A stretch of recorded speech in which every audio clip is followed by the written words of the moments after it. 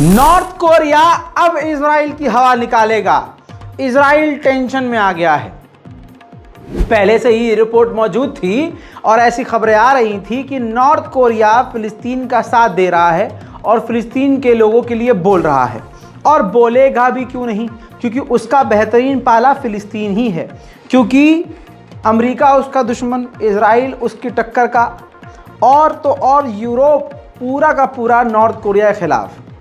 ऐसे में north Korea के पास बेहतरीन ऑप्शन था कि जहां सारी दुनिया, सारे दोस्त यार इजराइल के साथ हो रहे हैं, अमेरिका के साथ हो रहे हैं, मुझे अपना साइड लेना पड़ेगा।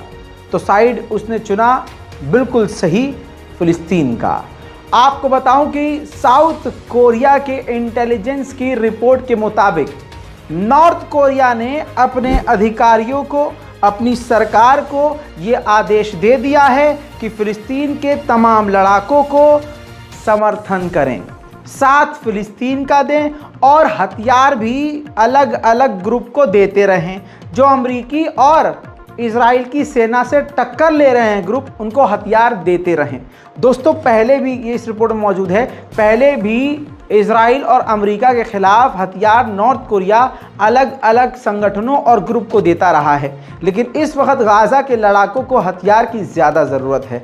ऐसे में नॉर्थ कोरिया के तानाशाह किम जोंग उन के बारे में ये बात सामने आई है, ये अमेरिका और इजराइल को काफ़ी ज़्यादा डिस्टर्ब कर रही है। इजराइल पिछले 10 दिन से गजा के अंदर घुस रहा है और घुसने की और आगे बढ़ने की कोशिश कर रहा है।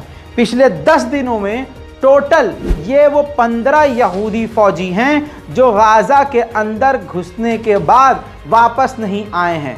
ये 15 इजराइल के फौजी मारे गए हैं, वासिले जहन्नम हो गए हैं। दिल में लड्डू फूट रहा हो तो रिपोर्ट को शेयर करना मत भूलिएगा। जैसा मैं कहता हूं कि फेक न्यूज़ से बचना है तो रज़ाग्राफी को ही देखना है। आइए एक बार नेतन्याहू से मैं मनवा देता हूं कि कितना नुकसान हुआ है। नेतन्याहू ने कहा है कि गाजा के अंदर हमें बड़ी कामयाबी मिली है, लेकिन पेनफुल नुकसान भी हुए हैं, यानी नुकसान भी हमें बहुत हुए हैं। सुनिए। אנחנו במלחמה קשה, זאת תהיה גם מלחמה ארוכה. יש לנו בה הישגים חשובים, אבל גם אבדות כואבות.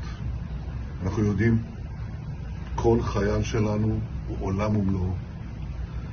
ואני אומר למשפחות היקרות, עם ישראל כולו איתכם בשעת יגונכם הכבד, הקשה מנשוא. אנחנו מחבקים אתכם מעומק ליבנו. חיילינו נפלו במלחמה שאין צודקת ממנה, המלחמה על הבית. ואני מבטיח לכם ולכל אזרחי ישראל, אנחנו נמשיך आज इजराइल की गंदी हरकत, इजराइल के इस गंदे कदम की वजह से इजराइल अपने नागरिकों को भी मार रहा है, और जबकि यह बात इजराइल को पता है। हमास ने बताया कि कल जबलिया कैंप पे जब उसने एयर स्ट्राइक किया है तो उसमें 7 इजरायली लोग मारे गए हैं जो हमारे साथ थे, जो कैदी थे, जिनको हमने कैदी बनाया हुआ था, उस कैंप में वो मौजूद थे। साथ ही 3 ऐसे विदेशी नागरिक थे जिनके पास इजराइल और दूसरे देश की भी नागरिकता थी, यानी 7 और 3 10 विदेशी मारे गए हैं, यहूदी मारे गए हैं, जिनको वो मांगने की बात कर रहा है, आज़ाद कराने की। सुअर का नाती अंदर घुस रहा है तो अपने लोगों को ही मार रहा है। ये हकीकत देखिए आप। इसके अलावा सैकड़ों गाजा के लोग तो मारे ही गए हैं। बहरहाल फिलहाल की इस ब्रेकिंग रिपोर्ट में, ब्रेकिंग न्यूज़ में इतना ही। चैनल को सब्सक्राइब कीजिए, रिफ्रेश करते रहिए चैनल को, ताकि कभी भी कुछ भी बड़ी खबर आए तो आपसे मिस ना हो। जय हिंद।